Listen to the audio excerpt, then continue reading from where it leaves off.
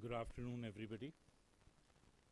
Thank you, Murli, for asking me to present in this very nice course you've been conducting over the years. So, I'm going to present on a complex situation. If you look at this slide, the image on, do we have a pointer? The image on the top is that of a patient of OCT of a patient of X-linked juvenile schisis, and this is of a myopic foveoschisis. If you compare the two images, here you find that the ILM is not under traction or any issues, while here you see the ILM under traction. So that is the basic logic about treating these cases with internal limiting membrane peel. Some examples of myopic foveoschisis. Patient had a 20 by 120 pre-op visual acuity. Now, the important thing in these cases is that one should document recent visual loss. What I mean over the last 1 year, 6 months, or at the most 2 years. Then only it's a logic of doing surgery in these cases. My respects to Professor Hassan Mortada, from whom I've learnt a lot about this situation and these cases. So I don't tend to do macular buckle even if there is a macular hole present with this, and we do ILM peel, and this is a case in which just an ILM peel has been done along with phacoemulsification, and pre-op vision has recovered well, as you see here, and 20 by 40 in about 4 months' time.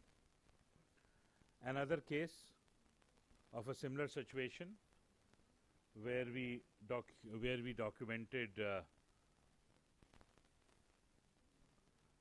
recent visual loss. This was an only-eyed young lady, and in this I'm doing a classic technique which has been advocated, in which we do a fovea sparing ILM peel, and we try and make 4 flaps which invert on top of the fovea, and we leave these flaps with just here the lens was clear and nothing has been done for the lens.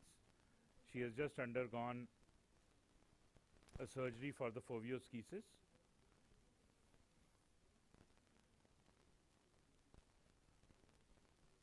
And the result is quite gratifying. This is the immediate post-op result, and this is 1 month post-operative result.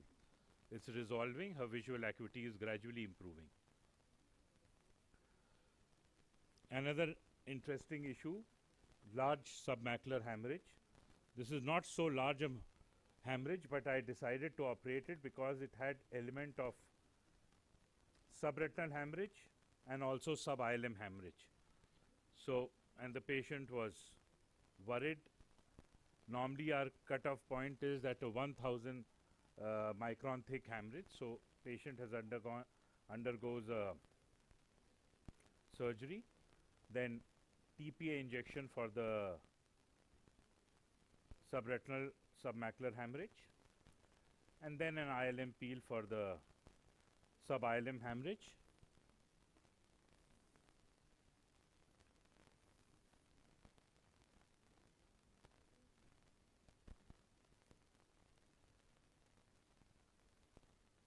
And a fair result. Another patient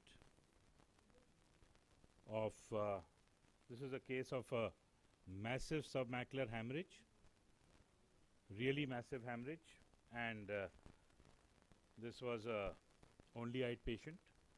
Again, he had lost the first eye to PCV with scarring, and he came with sudden. This hemorrhage was only 72 hours old. We decided to do a vitrectomy, combined it with a phacoemulsification and subretinal TPA injection, 25 microgram.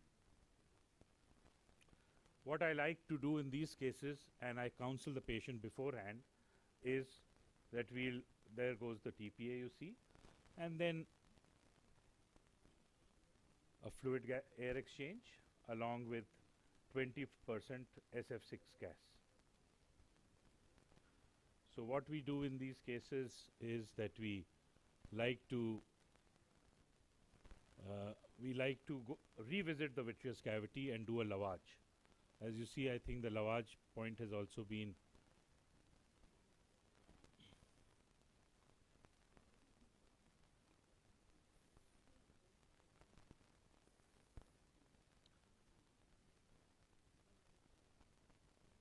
and we then do a follow-up ICG angiography, and if there are any polyps or areas which we identify, we take care of them in the post-operative period. All these patients receive ongoing aflibercept therapy pre-operatively or intraoperatively. I prefer pre-op because it stays for a longer time, so 2 days pre-op and then we go ahead with the surgery. Welcome you all to our Vitreoretinal Society of India meeting, which is in Lucknow next year. Thank you very much.